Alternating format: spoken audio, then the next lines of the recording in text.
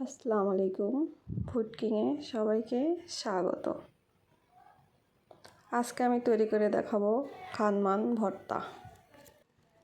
কড়াইয়ে আমি কুচো করা খানমান দিয়ে দিচ্ছি সিদ্ধ করার জন্য। পরিমাণ মতো অল্প একটু লবণ দিয়ে নিলাম। তারপরে সামান্য কিছু পানি দিতে হবে। তারপর ভালো করে মিক্সড করতে হবে। ঢাকনা দিয়ে ঢেকে রাখবো কিছুক্ষণের জন্য, যতক্ষণ না সিদ্ধ হয়। এখন আমি ঢাকনা উঠিয়ে নিচ্ছি। সিদ্ধ হয়ে গেছে।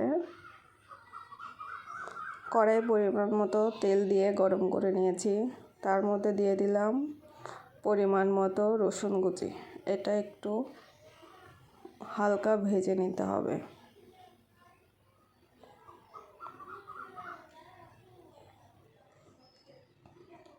তারপর পরিমাণ মতো পেঁয়াজ কুচি দিয়ে দিচ্ছি। এখন দুটো ভালোভাবে মিক্সড করে ভেজে নিব।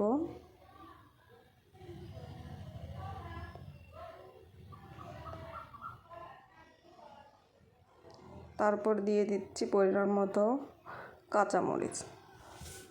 এখন সব কিছু একবারে ভালোভাবে ব্রাউন কালার হওয়া পর্যন্ত ভেজে নিতে হবে।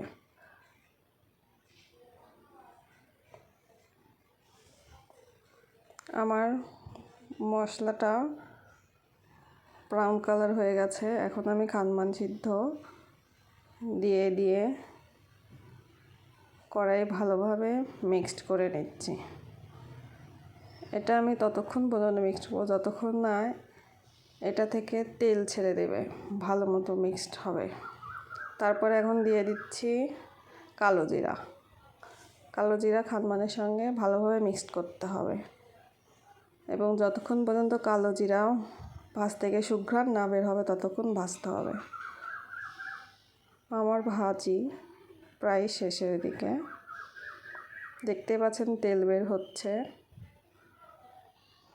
এখন এটা আমি নামিয়ে নেব। বাটিতে এখন আমি নামিয়ে নিচ্ছি সমস্ত খানমান ভাজা। তারপরে এটা ঠান্ডা হওয়া পর্যন্ত রেখে দেব। ঠান্ডা হলে পাটায় বেটে নেব। পাটায় বেটে নেওয়া শেষ আমার। দেখতেই পাচ্ছেন আমার তৈরি খানমান রেসিপি। আল্লাহ হাফিজ।